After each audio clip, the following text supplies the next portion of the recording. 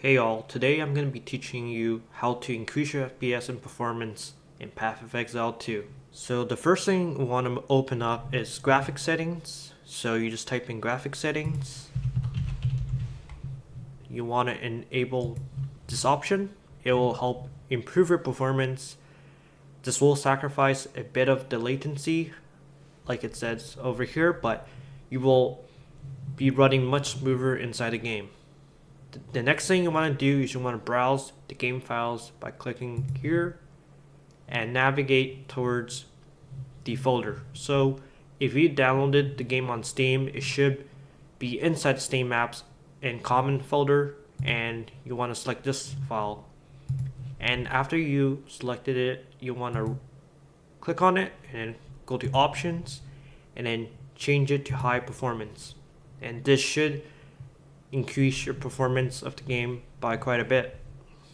So if you've downloaded the game on Steam, you can also configure some settings to make it run better. So in the top left of the screen, you can click on the Steam icon, go to settings, and then click on in-game. And then from here, you'll want to disable this option, which is enable the Steam overlay while in-game, because it's going to use up a lot of resource. If you disable this, the game is going to run a lot better because your CPU would be working less hard. So if you guys have an Nvidia graphics card, you guys can go to the Nvidia app. It used to be called Nvidia GeForce Experience. They renamed it recently. And you want to go to settings and you want to turn this setting off, which is Nvidia overlay. So usually the overlay, you might not think affects the performance by a lot, but it actually does.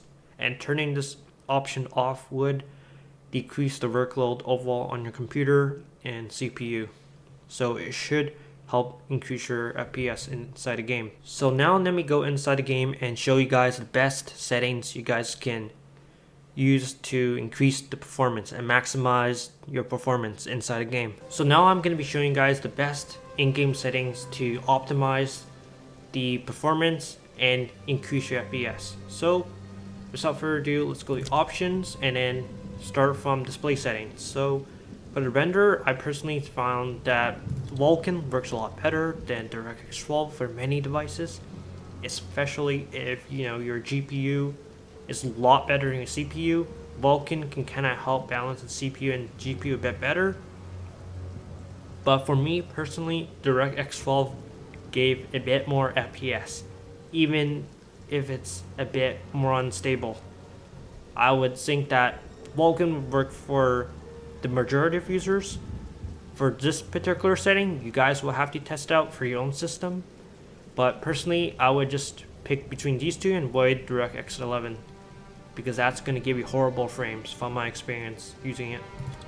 So moving on, you want to make sure you're on full screen. So this is not debatable. Like, full screen would give your GPU 100% utilization.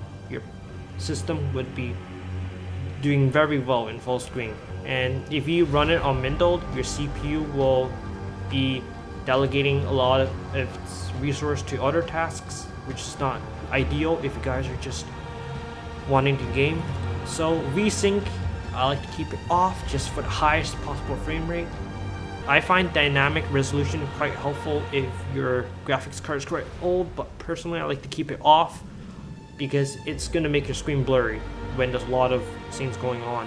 But if you guys are really struggling and really want to push for the extra frames, definitely turn this on. So for the window resolution, you want to lower this as much as possible, and basically this works hand in hand with upscaling. If you guys are using an Nvidia graphics card, you guys will have access to DLSS 4 now. So I would definitely use it. And the quality, I would keep it in quality. I would only put this in ultra performance if you guys are really struggling. And sharpness doesn't matter a whole lot. 25% is fine for me. So for the texture quality, I would keep this on high if your graphics card is good enough. Like if you guys have like a 4070, you guys definitely should leave this on high. But if you guys are using like an old 1060 machine or like a laptop version of like a 4060, maybe try texture quality medium, because that's going to use a lot less VRAM. And if you guys know that VRAM is a bit heavy in this game, pretty much already uses 4 GB of VRAM, and I'm not inside the game yet, so definitely keep that in check. And also for the texture filtering, you'll want to do trilinear filtering if you guys have an older GPU. So these settings, you want to do shadows, low and low.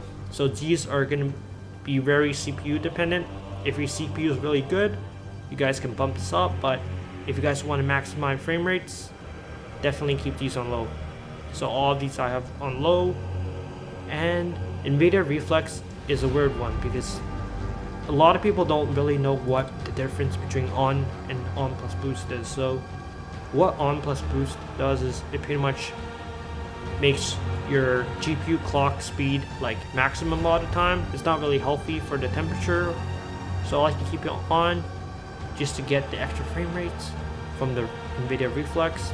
Turn this off, triple buffering. I find that if I turn triple buffering on, I get a lot of lag spikes and like stuttering, so that's just from my experience. Dynamic culling, I keep this off because this is still like an experimental feature, and definitely this is going to be unstable for the game.